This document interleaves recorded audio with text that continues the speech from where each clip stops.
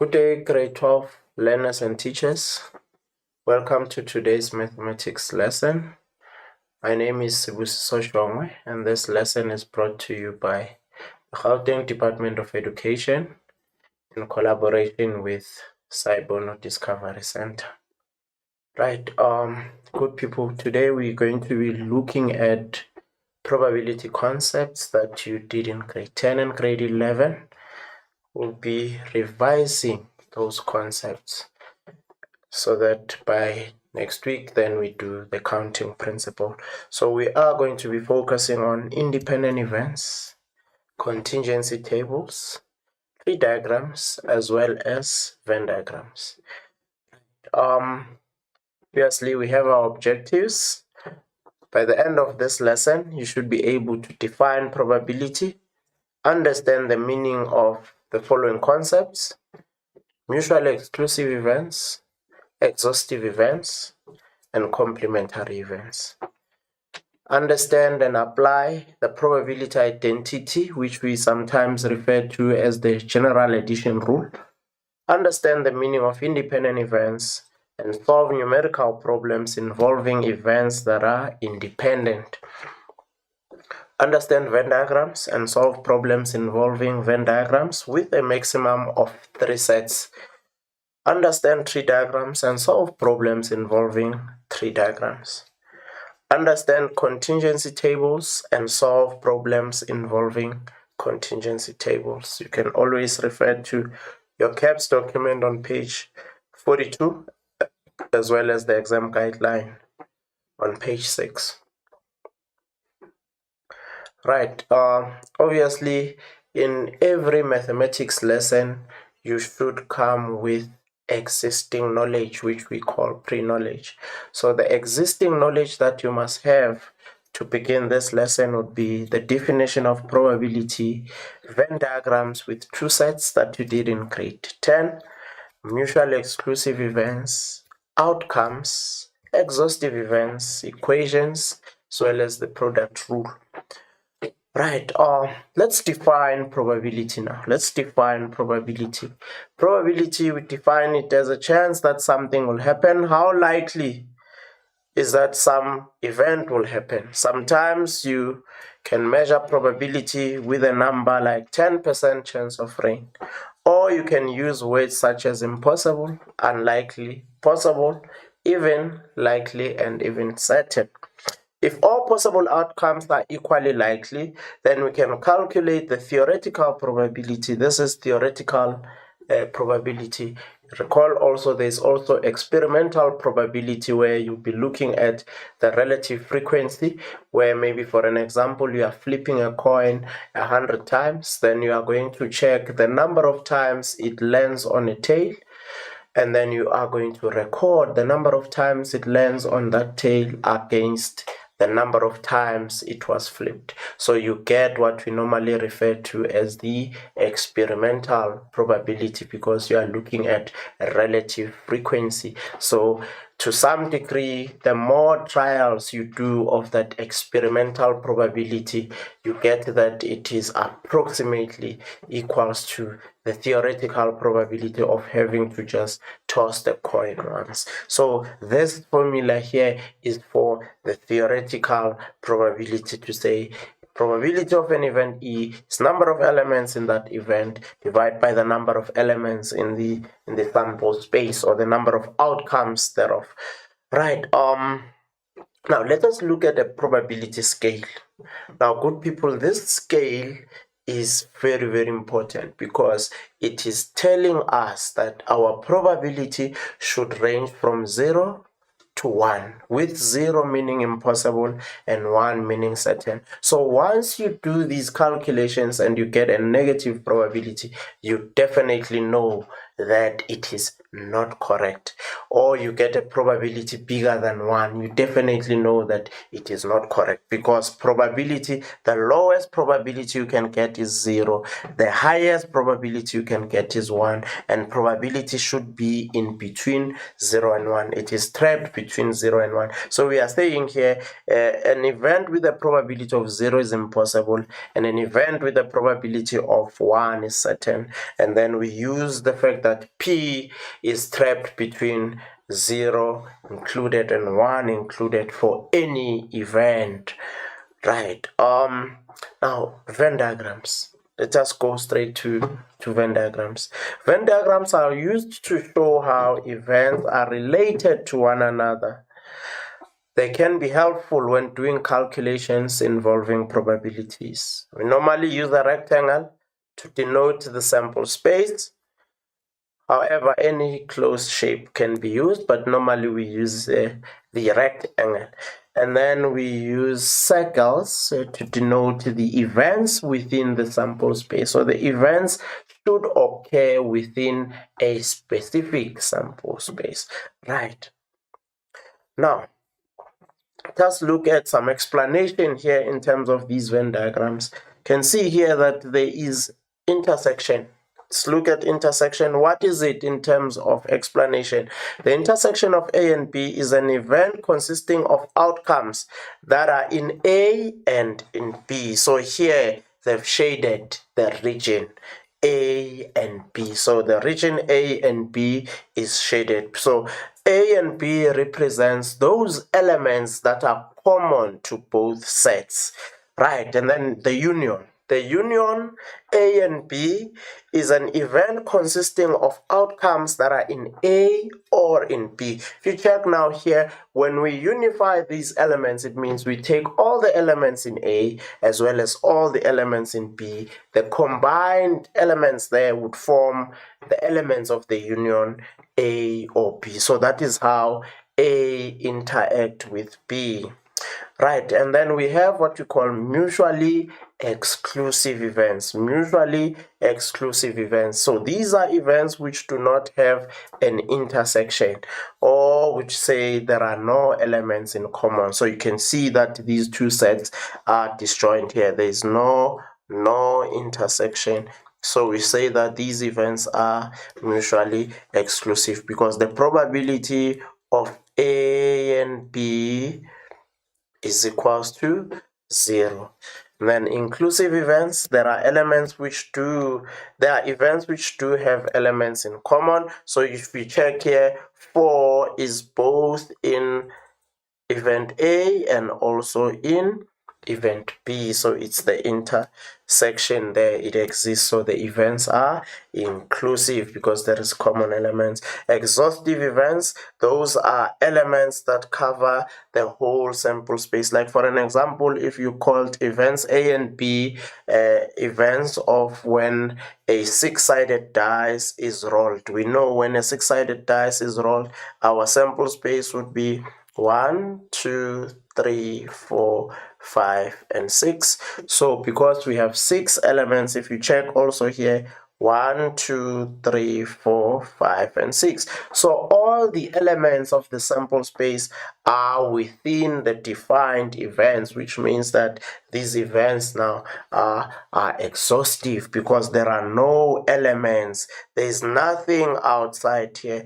There is nothing outside the events. There are no elements outside the defined events. So we say that the events are exhaustive. Right, only events. P only. Here, this region represents what? P only.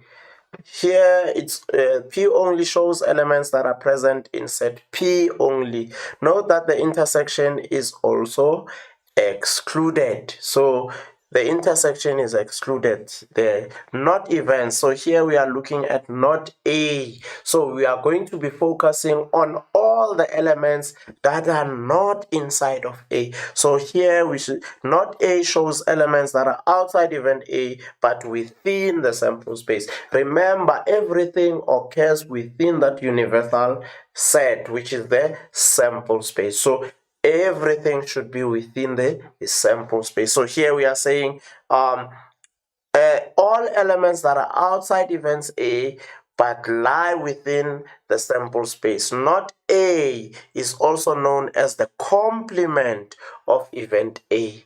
It is the complement of event A because it is the rest of the elements that are not in that event A.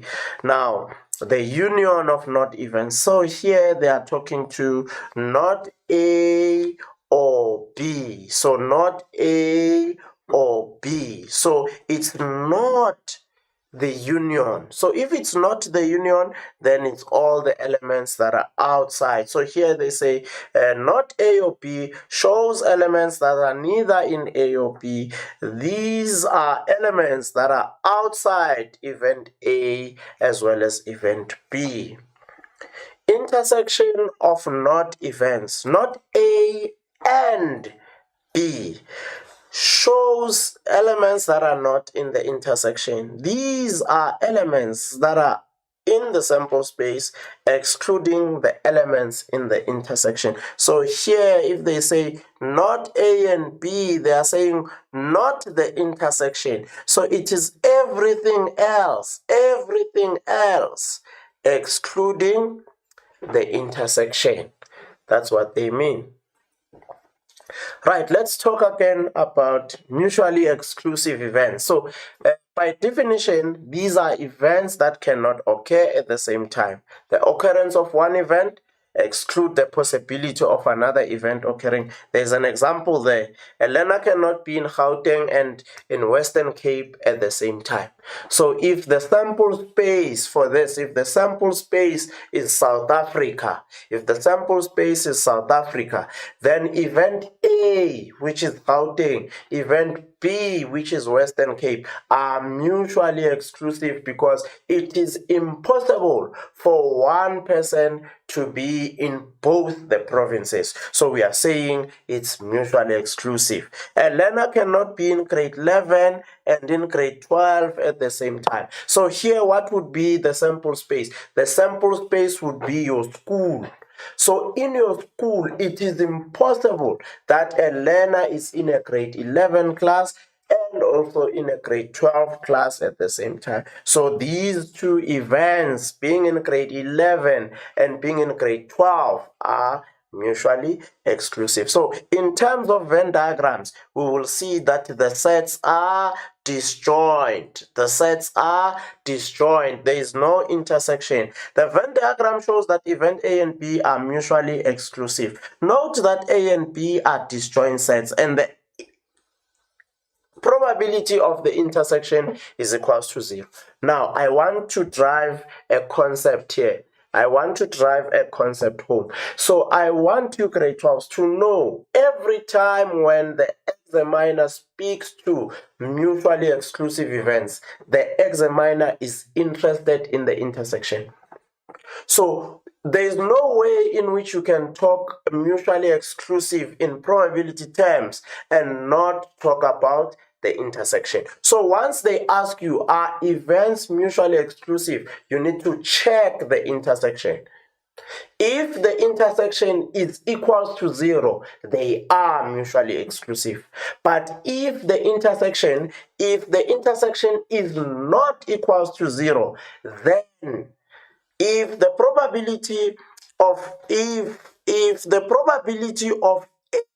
and B is not equals to 0, then events are not mutually exclusive. Events are not mutually exclusive. Right, let's check here. The Venn diagram shows two events that are not mutually exclusive. You can see here, because these ones are joint set, A and B is part of the set there. So it's very, very important that the probability of A and B is not equals to 0. A and B are not disjoint. They are joint sets. It's a mistake there. A and B are joint sets. So we can see that the probability of the intersection is not equals to 0. So these events are not mutually exclusive, right? We move on. see here.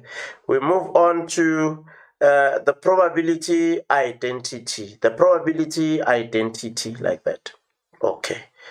Uh, The following probability identity can be used for any events A and B. So if we have any events A and B, we get that the probability of A or B is equals to the probability of A plus the probability of B minus the probability of the intersection A and B. This is referred to as what? As the general addition rule. Now, good people, it's important that you know that there's only one general addition rule. There's only one addition rule.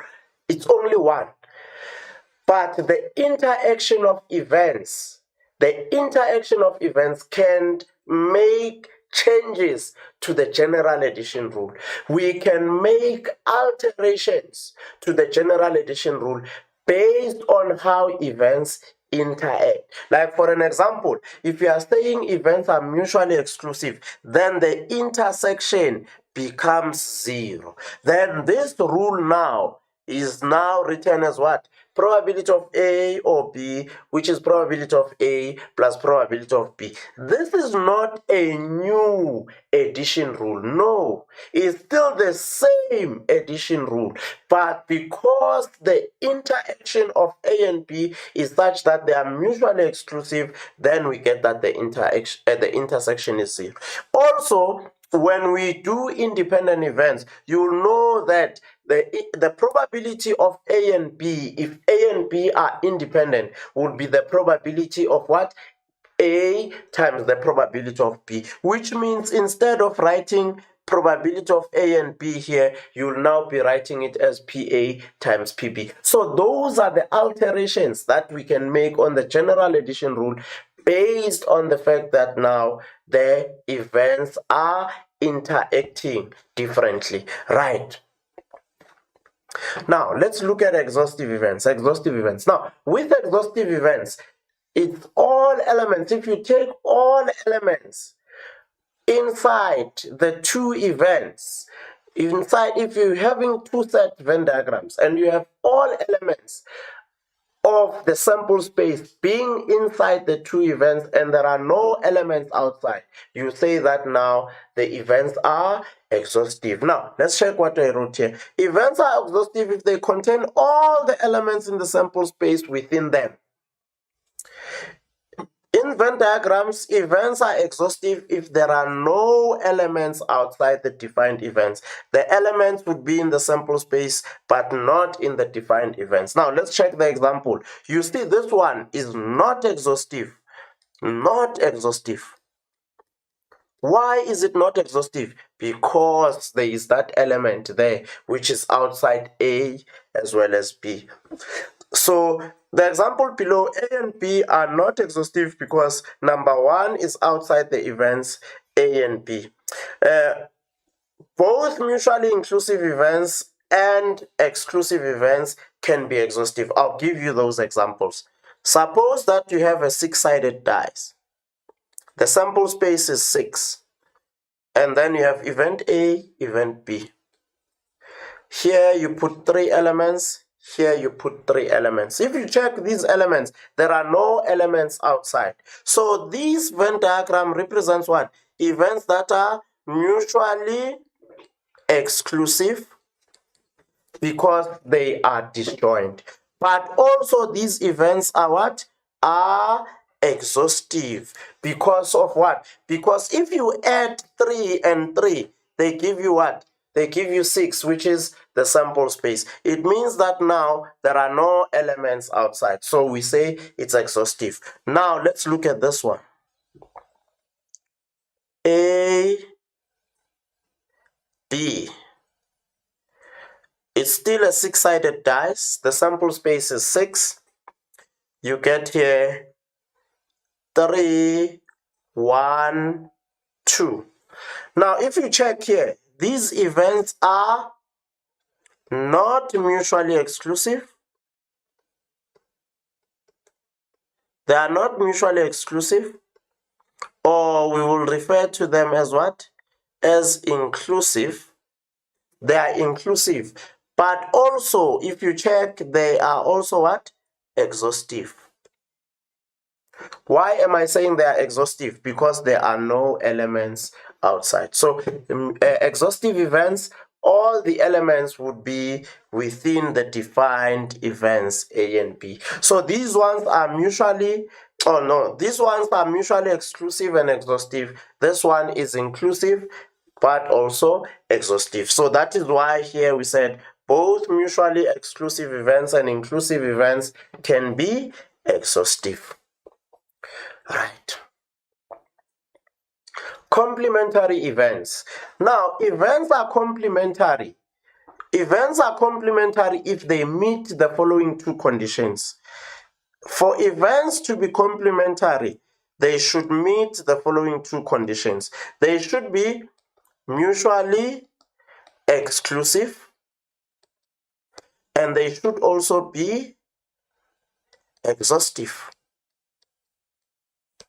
Once they meet condition 1 and condition 2, then those events are said to be complementary. Complementary events are events that can not occur at the same time. If event A occurs, then the complement of A is not A. The event A and its complement are not mutually exclusive. They are mutually exclusive. A and its complement, not A, are mutually exclusive. Sorry about that. They should be mutually exclusive because they should not occur at the same time. When events are complementary, the event either happens or does not happen. So it is certain that they will happen or not happen. So the probability of A plus the probability of not A is equals to 1. And this is referred to as what? The complementary rule.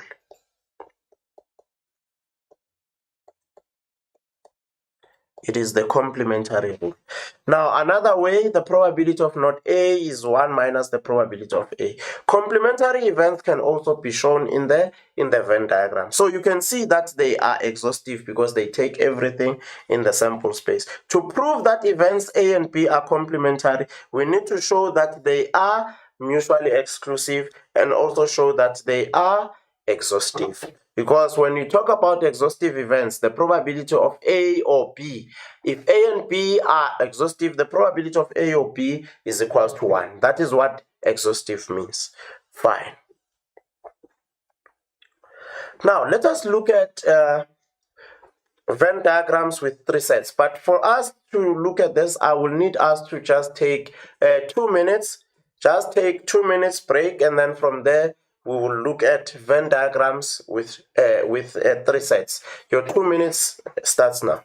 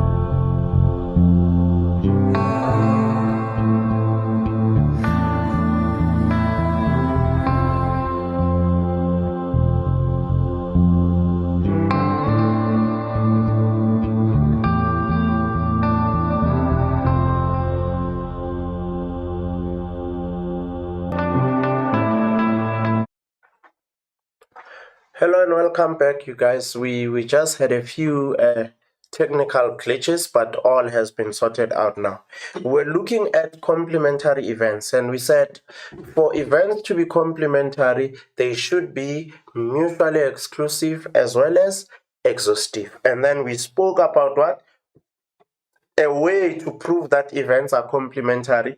We can prove that they are mutually exclusive by showing that the probability of A and B is equals to 0, and also show that they are exhaustive by showing that probability of A or B is equals to 1. So that is events that are complementary. And we did also make reference to what? To the complementary rule. To say if A and B are complementary, the probability of A plus the probability of not A is equals to 1.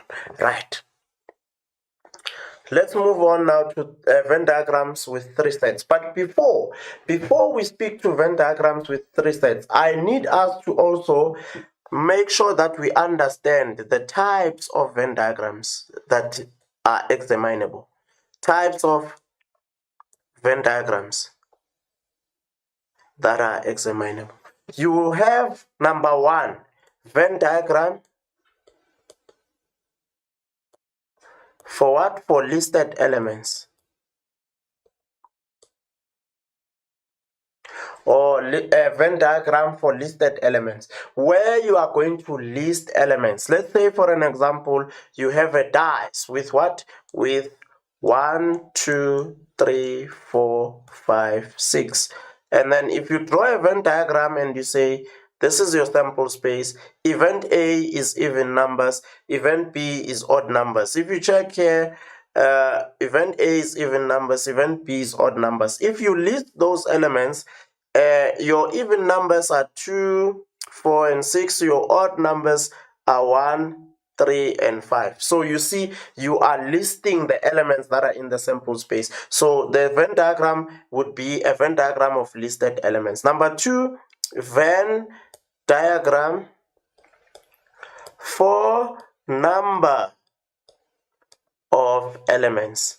Venn diagram for number of elements, where now you are going to say, okay, since I have the same, suppose that I have the same sample space, rolling a dice, event A is even numbers, event B is odd numbers. Now you're going to count how many even numbers do I have? 2, 4, and 6. It's 3 of them. How many odd numbers do I have? It's 3 of them as well. So now you've counted them. So it's the Venn diagram for what? For number of elements. And then the third one, it is what? The Venn diagram for probabilities. Probabilities. So the same Venn diagram that I drew here, I can draw again for probabilities, where now I am going to calculate the sample space would be 1. Here the sample space is 6 elements. So the sample space for probabilities would be 1 because the sum of all probabilities should be 1. So I'll calculate the probability of A. I'll say it's number of elements in A, that is 3, divide by the number of elements in the sample space. Number of elements in B, divide by number of elements in the sample space. So you can see that for probabilities, inside the events, you're going to put those probabilities, but for the sample space, you put 1 because the sum of all probabilities is equals to 1. So these are the 3 types of what? Of the Venn diagrams that are examinable. But also they can also ask you about what? Shaded Venn diagrams. Shaded Venn diagrams.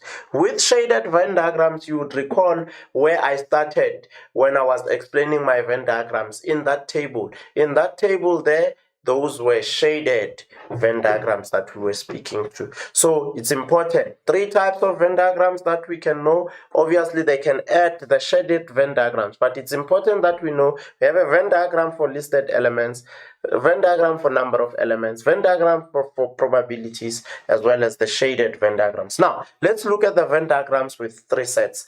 Now, with the Venn diagrams with 3 sets, check here. The overall intersection is what? A, B, and C. But there are also other intersections here, which is what? A and C only, B and C only, A and B only. So you can see if one can say A and B only, it means that it's only interested in this region. But if one says A and B, then it's interested in the whole intersection of A as well as B, which means it will include also C. But here we have B only, we have C only, we have A only. That's very, very important. The only that they indicate there is very, very important. Right. How do we approach Venn diagrams with three sets? I normally would say to you, we work from inside out.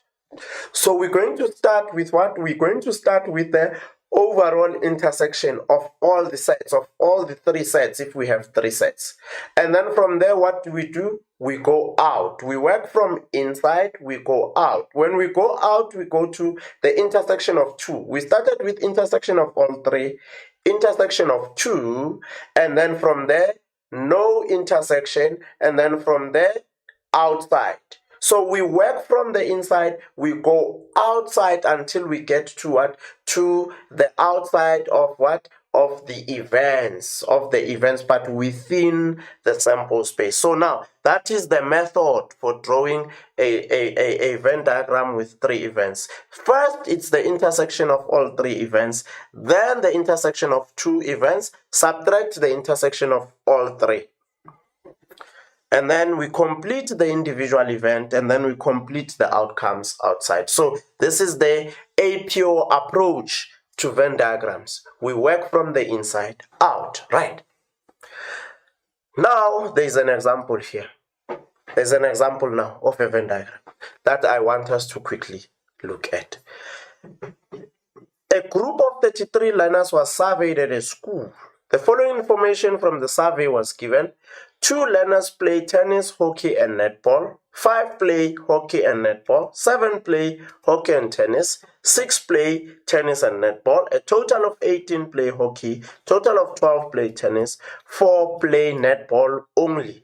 Draw the Venn diagram to illustrate this information. Now, when we do our Venn diagram, we will be coming back and ticking. Once you've looked at an information, you tick here to indicate that, no, I have actually covered this one. And then from there, we are going to answer the questions on Venn diagrams. Questions on Venn diagrams are normally not difficult. Not difficult. Now, I also want to make it clear that the purpose of us drawing Venn diagrams is to find the relationship between sets, right? But without having to use what? The addition rule. So we want to work with what? Not events. We want to work with or events. We want to work with what? And events. Normally these events, these not events involve what? Complementary rule. These or events involve what? The general addition rule. This and events involve what? The independent rule. But we want to solve without having to use what? The rules themselves, without having to use those particular rules. By just looking at the Venn diagram, we should be able to solve the answer. So that is the purpose of these Venn diagrams, is to be able to work with the interaction of what you call events, the interaction of events where not is involved, the interaction of events where or is involved, and the interaction of event when and is involved, without having to use the formulas or the equations that are used there. So that's the purpose of Venn diagrams. Now, let's look at the solutions now. Let's look at the solutions. I start with the universal set there because they said 33 learners in my sample space. I have 33. And then from there, where do I start? A pure. I work from the inside. From the inside, I'm going out. From the inside, out. From the inside, out. From the inside, out. Out. Like that. So I work from the inside out. So which means that I'm going to start with the overall intersection of 2 learners that play hockey and netball. That's where I start. 2 learners that play hockey and netball.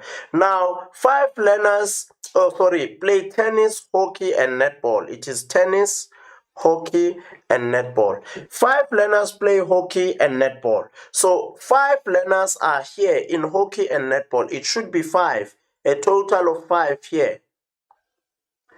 But I've already counted 2, which means that I'm left with 3 learners there, because I've already counted 2. And then they say, I'm done with this one. 7 learners play hockey and tennis. I'm now interested in hockey and tennis. This is the event for hockey and tennis there. Now, they said it's 7. I've already counted 2, so it will be 7 minus 2, which will then ultimately give me a 5. Similarly, they say that there are 6 learners that play tennis and netball. So those that are playing tennis and netball, they are 6. I've already counted 2, so I'll be left with 4 learners.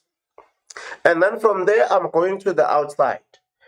A total of 18 learners play hockey. So in hockey, when I count everything in this circle for hockey, I should get 18. But you can see I've already counted 10, which means that I will be left with what? 8 for hockey only, like that. And then from there, we continue. 12 learners play tennis. A total of 12 learners play tennis. So for tennis here, I'm expected to have 12. But already I've counted 9, 10, 11. I've counted 11, which means I'll be left with 1 learner there. And then from there, 4 learners play netball only. This is netball only. They said 4 play netball only. Where is netball only here? Netball only is this region here. Only. So you do not have to subtract anything there, because they say those ones exclusively play netball. So those are the 4 there. I put them in there. And then from there, I'm going to check the number of learners that play at least one sport. So it means I should be adding all these numbers and checking them against what? The sample space. So if you add all these numbers, I can see here in my calculator, if I add 1 plus 5 plus 2 plus 4 plus 3 plus 8 plus 4, I get 27. So I'm getting 27 instead of what? 33, which means there are some learners that are not interested in playing any of these sports. And these learners are 6, like that. So I'm done with the Venn diagram now. I worked from the inside out, as I indicated. Now, let's move on. Now that my Venn diagram is drawn, let's move on to those that play netball. How are you going to get the number of learners that play netball? You'll go here. This is netball. You add all those numbers, 4 plus 4 plus 2, which is 10 plus 3, that is 13. So a total of 13 learners play netball. So to calculate the probability of playing netball there, you should be having what? Probability of netball, that is 13 over 33, like that. Because we added all the elements that are in netball. So plays hockey or netball. You see now, the notation there is all. So which means that we are going to take all the learners that are playing hockey, all the learners in this circle here that are playing hockey, as well as all learners that are playing netball. So we add all these numbers, we should be getting the probability. We add 4 plus 4, 4 plus 4 plus 2 plus 3 plus 5 plus 8. So we get that is 26 over 33. That would be our probability. Does not play hockey. Does not play hockey. So we're going to check learners that do not play hockey. Here you can see that this is hockey here. This one does not play hockey because he plays tennis only. This one does not play hockey because he plays tennis and netball. This one does not play hockey because he plays only netball. These 6 do not play hockey because they do not play any sport either way. So I'll be adding 6, 6 or 6, 4, 4 as well as 1. So that's what I have here. 1 plus 4 plus 4 plus 6 divide by 33, which is 15 over 33. Right, good people, that's how you are actually supposed to approach that Venn diagram. Now, I move on. Obviously, we've done something here. It means that you should also be given an activity to quickly work out the solutions there. So I am going to give you just a maximum of 5 minutes. I think in 5 minutes you should be able to do this problem. Please do it as quickly as you can. Your 5 minutes time starts now.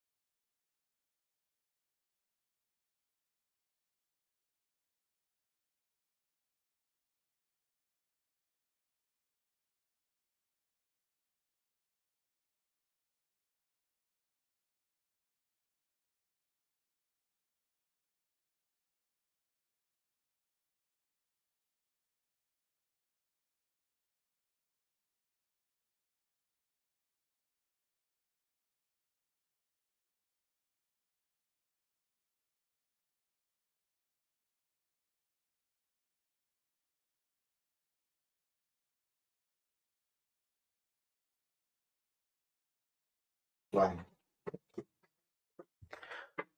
hello and welcome back. I hope that you were able to work with this particular problem. Now let's go through the solutions together. A school organized a camp for their 103 grade 12 learners. So the sample size here is 103. The learners were asked to indicate their food preferences for the camp. They had to choose from chicken, vegetable, and fish. The following information was collected. So we have 2 learners do not eat chicken, fish, or vegetables. 2 learners eat only chicken. 3 learners eat only fish. 5 learners eat vegetable and fish. 5 learners eat vegetables only. 21 learners do not eat fish. 66 learners eat chicken and fish.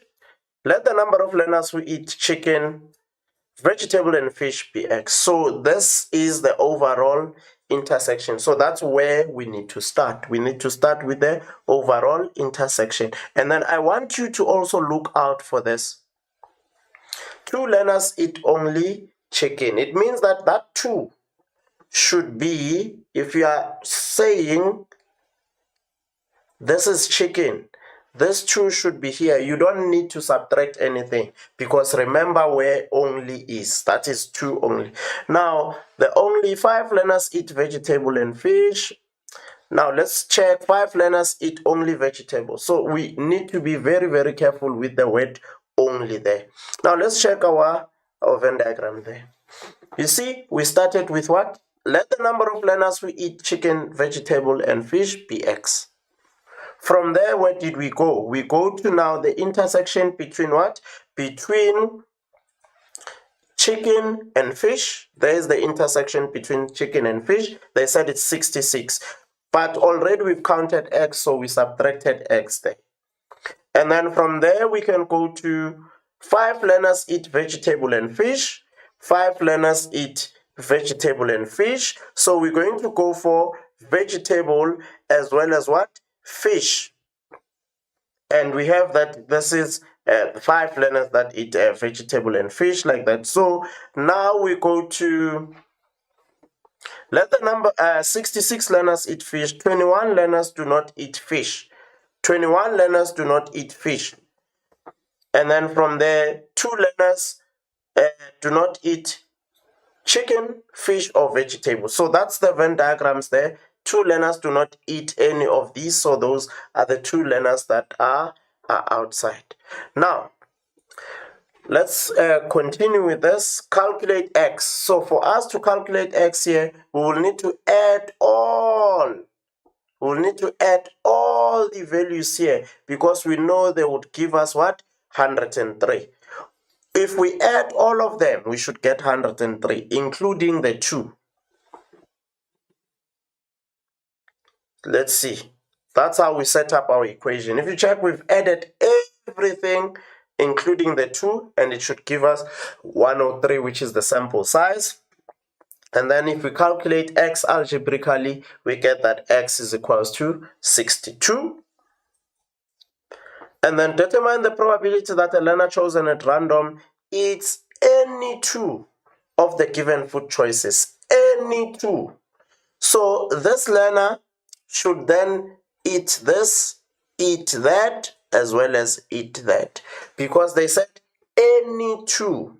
So that's what we are going to actually use for that. Any 2. So if you check here, we took what? We took the 12. We took 66 minus X. We know what X is. 75 minus X. Remember, we've calculated here. Let me go back here to the value of X. We got that X is 62. So if X is 62 here, we know that this part 75 minus 62, we get that this should be 12. And then, 13 should be 13. And then we have 66 minus 62. That should be 4. So that is why we added 4, 12, and 13 out of 103 there. And then we get that this is 29 out of 103. Good. Now let's talk to independent events. Let's talk to independent events. Two events A and B are said to be independent if the outcomes of the first event does not influence the outcomes of the second event. This means that the probability of the first is not influenced by whether the second event occurs or not. These events can happen simultaneously. If two events are independent, the following rule applies. Let's look at the rule. Probability of A and B is equals to the probability of A times the probability of B. So these are events that cannot, or where the outcome of the first event does not influence the outcome of the second event. And these events are said to can occur simultaneously. And if you are told that events are independent, then we can use this. It is known as what? The product rule. This is known as what? The product rule for independent events. So we can use this only if we are told that events are independent. Now let's look at independent event versus mutually exclusive events. I want us to now check the variations that I was speaking about earlier that we can do in our general addition rule. Check here. When events are mutually exclusive, here I indicate, please do not confuse independent events and events that are mutually exclusive. They are completely two different concepts. If two events are independent, they cannot be mutually exclusive. Remember, we said with mutually exclusive, there should not be no intersection. We should not have any intersection. So independent events will always have an intersection, but mutually exclusive events will never have an intersection. So consider the following table. If you check mutually exclusive events, what is the intersection? 0. But for independent event, what is the intersection? PA times what? Times PB. So we say that now, what will happen to the general addition rule for mutually exclusive events? The general addition rule becomes what? PA plus PB, because the intersection is 0. But what about for independent event? The probability of A or B now, it becomes what? The probability of A plus the probability of B minus the probability of A times the probability of what? Of B. Like that. So why here I'm multiplying the two? Because the events are independent. And if they are independent, it means the product rule will hold. Right, moving right along. Dependent events, we say two events are dependent if the outcome of the first event has an influence on the outcome of the second event. Now, let's look at the example. Suppose that you have a lunchbox that contains 4 sandwiches, grapes, and nuts. Event A is picking a food item from the box and eating it. So if you have the sandwiches, if you take a food item and you eat it, and then event B is picking an item from the box and eating it as well. Clearly, event B depends on what happened in event A. Like for an example, if you took grapes in event A, then the grapes will no longer be there for event B. So those events there, they are not what? They are not independent, because one now is dependent on the other. So example 2 is picking a ball of jar without replacing it. So if you pick a ball from a jar, maybe you have 5 balls. You pick a ball, you observe its color, you don't replace it, and then you go and pick up another. You see that now the number of balls that are in that particular jar are going to decrease because you did not replace the ball, right? So I apologize for the lunchbox there. I know you are hungry by this time. Right, now let's move on. Worked example. Now, we want to apply these concepts to problem solving. Events A and B. Remember now, what tools do we have? We have tools that enable us to work with mutually exclusive events, exhaustive events, complementary events, independent events. You see now, We have these 4 tools available to us, and then now they ask these questions. For any 2 events A and B, it is given that probability of A is 0.48, probability of B is 0.26. Determine the probability of A and B if they are independent. So if they are independent, what does it mean? It means that the product rule will hold. So now we are going to use the product rule. So now if you check here, because they are independent, it means the probability of A and B is equals to the probability of A times the probability of B. So that one shows that because they are independent, the probability product rule will hold. Now, if you substitute, you already have the probability of A and that of B. You substitute there and then you calculate, you're going to get that the probability of A and B is 0.1248. Now, they are saying calculate the probability of what? A or B if A and B are mutually exclusive events. What does mutually exclusive mean? It means that the probability of A and B is equals to 0. So now, if we are to calculate, remember, in our general addition rule, we have the probability of A or B, which is the probability of A, plus the probability of B, minus the probability of A and B. So now, for mutually exclusive events, the probability of A and B is 0, so it simplifies to that. Now, if we substitute there, because we have that, we'll work out the probability of A or B as 0.76. 0.76. Right, let's move on. Obviously, I've done one problem there. There is an activity for you. This one needs just 2 minutes, you guys. Just 2 minutes. 2 minutes, you should be done with this. So I'm going to give you 2 minutes, and your 2 minutes time starts now.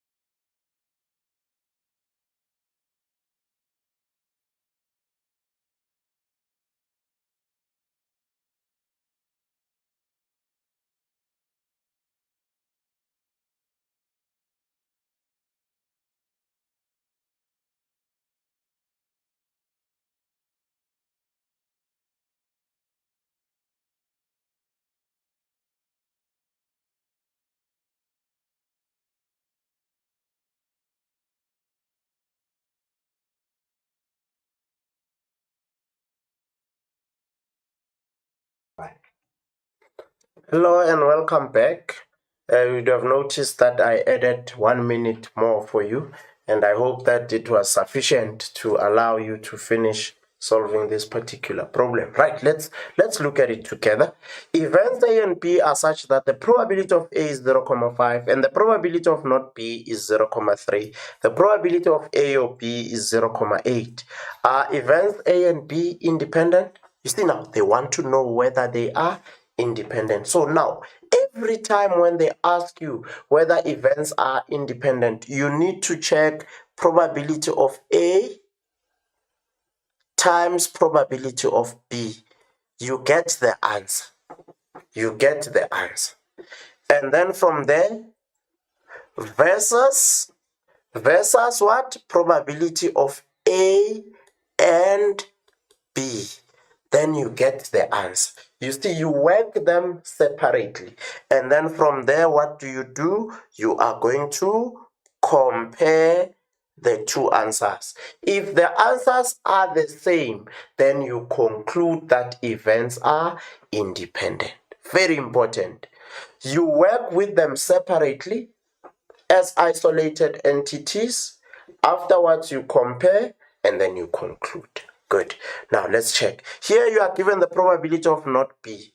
That one is the one that was actually tricking us here. We're supposed to work out the probability of B because we know probability of B plus the probability of not B is equals to 1. I'm using the complementary rule here. Right, let's check here. I'm starting with determining the probability of B. From the complementary rule, this should be the probability of B minus the probability. No. This was supposed to be the probability of B is supposed to be 1 minus the probability of not B. This is from the complementary rule. It comes from this one. So there's a mistake there. Let's see, you see now it's fine. 1 minus, we were given the probability of not B as 0.3, and then we see that the probability of B would be 0.7. Now, from there, let us now use the union to work out the probability of A and B. Look now, general addition rule, we are interested in solving for this because already we know the probability of B. Now we want to find the probability of what? A and B. We already know the union. We know the probability of A, we know the probability of B. So to work out the probability of A and B, we get that it is 0.4. We've worked out this part first. We are done with that part. We are now left with this part here. Let's check it out. Probability of A times probability of B. You can see 0.5 times 0.7.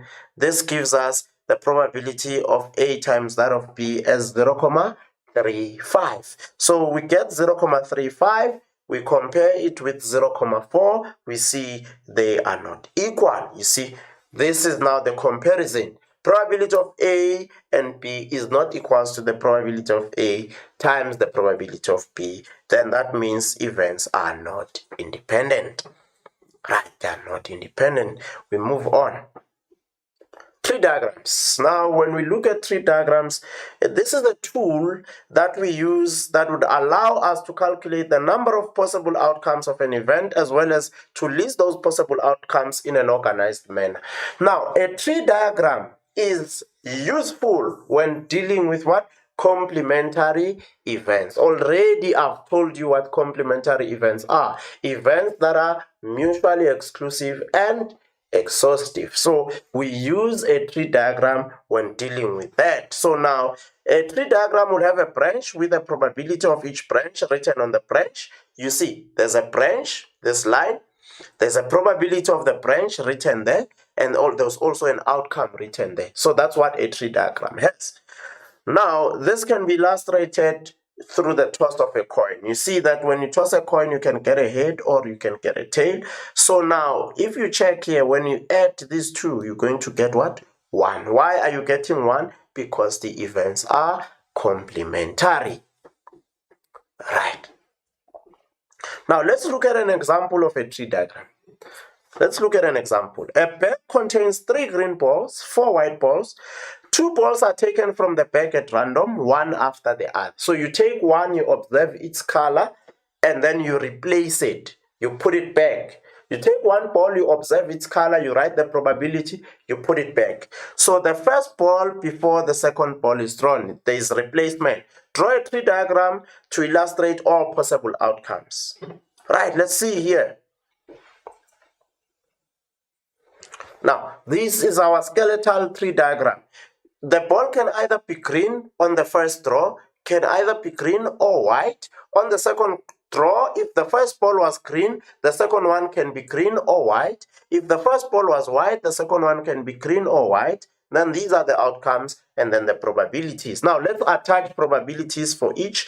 The probability that a ball is green, because there are 3 green balls and 4 white balls. So if I were to do this, green, green, green, white, white, white, white. The probability that the ball is green is 3 over what? The total number of balls are 7. I took one, observed its color, and put it back. So the balls will always remain 7. Now if you check here, the probability of a white ball, it should be 4 over 7.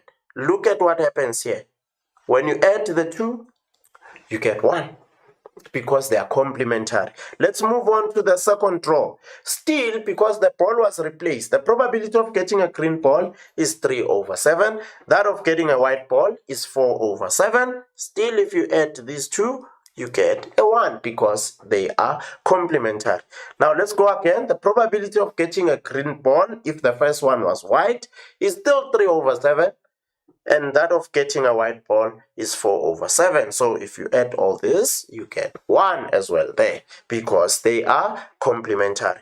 Now, as we go along the branch, if we move in this direction, we can see it's green, green. That is where this GG for the outcome comes from. The second one is G, then W, GW. The third one is white, then green, white and green. The fourth one is white, then white, white and white there. So we can put those probabilities. If we want to assign the probabilities of the possible outcomes, we are going to multiply as we move along branches. Now, which means that we multiply here 3 over 7 by 3 over 7, we get 9 over 49. We do the same with the second one.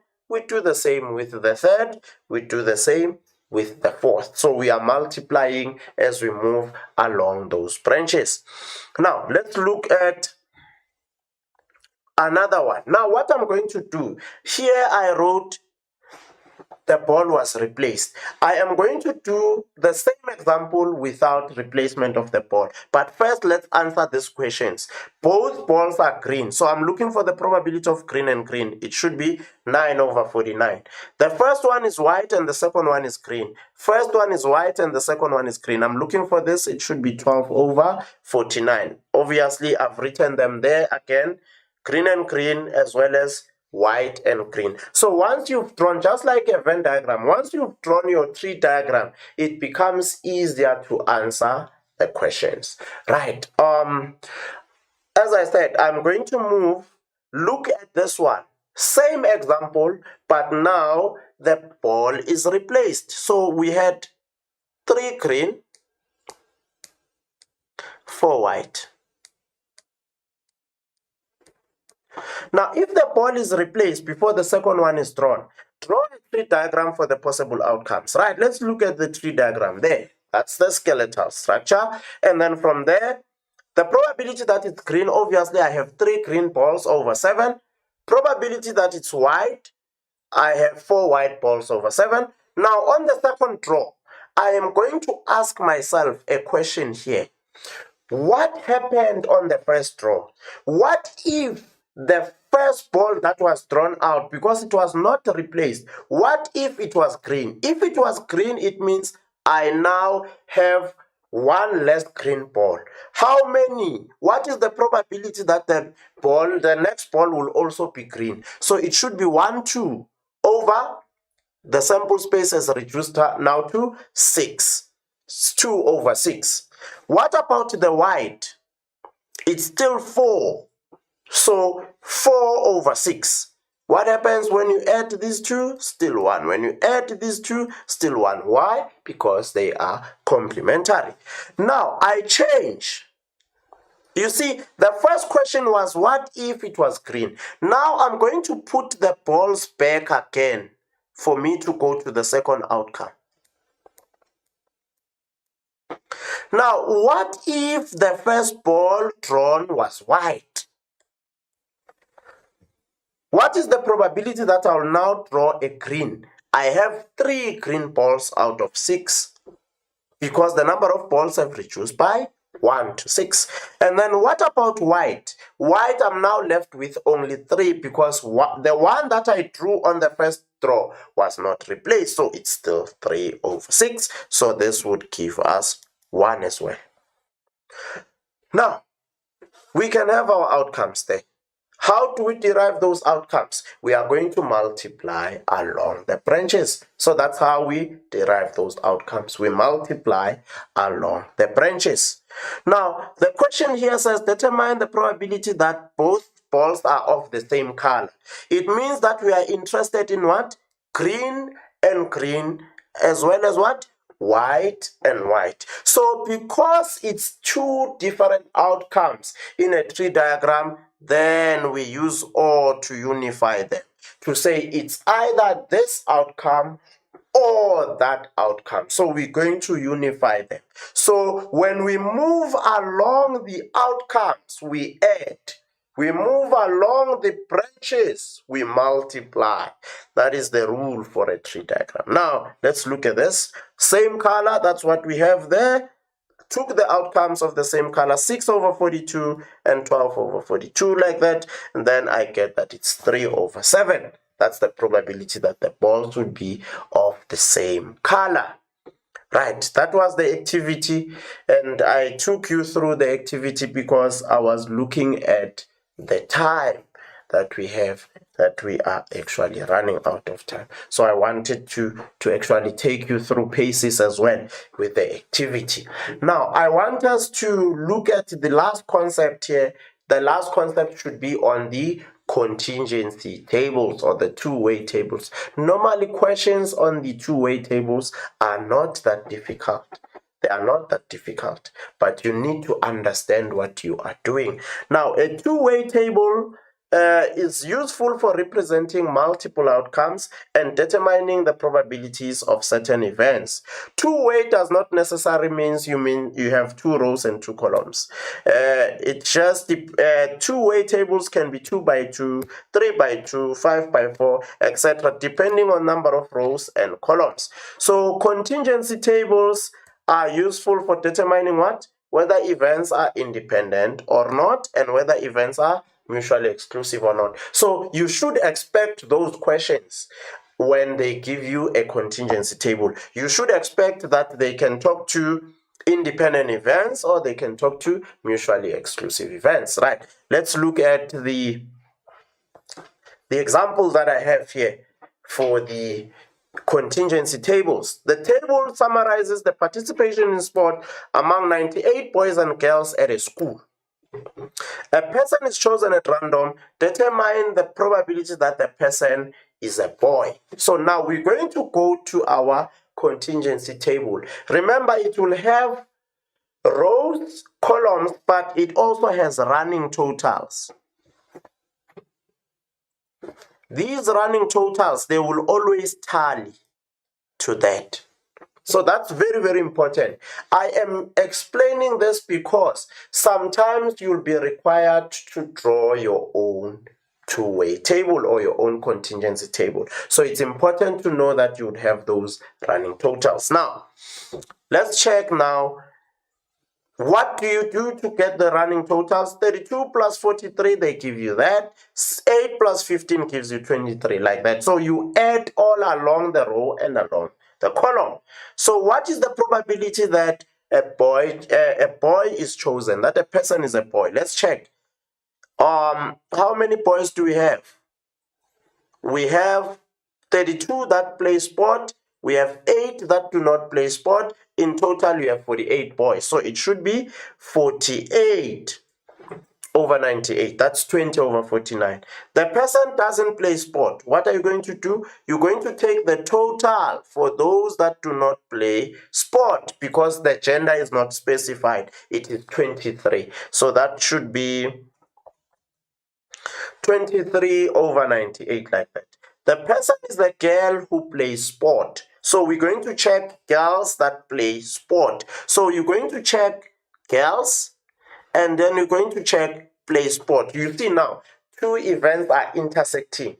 Girl intersect play sport. So you're going to get now the intersection. So that is 43 over 98. The person is a boy who does not play sport. So you'll go for boys and then doesn't play sport. This should be 8, because that's where doesn't play sport intersect what? Boys. Boys intersect doesn't play sport. So where they intersect there, you see that it is 8.